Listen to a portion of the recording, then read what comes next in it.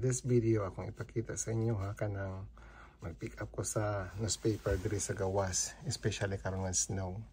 So makita nato na naga-snow sa gawas and then baga-baga na pud ang snow. Ang nakalain lang ani is hangin karong panahon na, so murag expect jud ta na tugnaw sa gawas. So here we come. Kung dili kasi ito, murag dili ka na makatuod sa dalan diri kaysa kabaga sa snow karong panahon na. So diri sa gawas wala na dili na makita, so kailangan jud siya na kuan o ang mga sakyanan. So makita na to, natabunan na siya og kanang kuan snow. So ang walkway diri wala na, dili na mailhan. So ingani siya kabaga karong panahon na diri.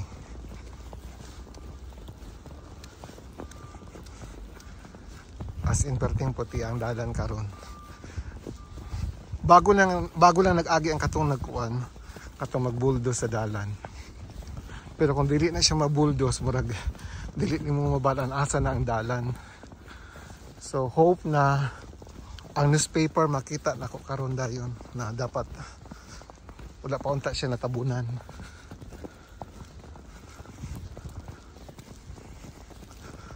Oh, come on. Wala ni siya tagnaon ba nako ni asa ang newspaper. Kini mo po. Asa siya? Kanang nagbukdo-bukdo ako na hikapikapon, dili ni mao. Wala yung newspaper. Kini dili pod. Basi kini oh. Unta mo na ni. Oh.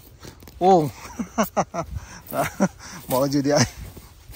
Oh, may lang nakita na ako. So mo ni siya kung magpunit ko sa newspaper. So ingani kabaga ang among snow karon diri. Karong panahon na. So palibot. Utas ang tapang.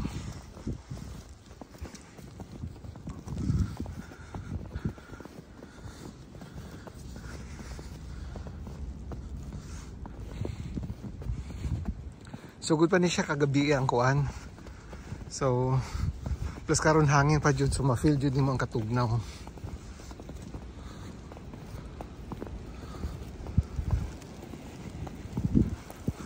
So ano kaing panahon karon. Ang uban naga-walk sila sa ilang dogs. Abot ko ako'y bata ron dili ko eskwela. Tuaw sa akong tubangan unay padulong na siya mo eskwela ang bata pa. Bahala na kung ako'y bata umila ko di kong eskwela. So mao ni siya ang kuan diri kung mag-snow diri sa mga lugar. Ingani siya ka kuan. Karon baga-baga jud ang among snow. Puti kayo ang palibot. So, muna to siya guys. Daghang salamat.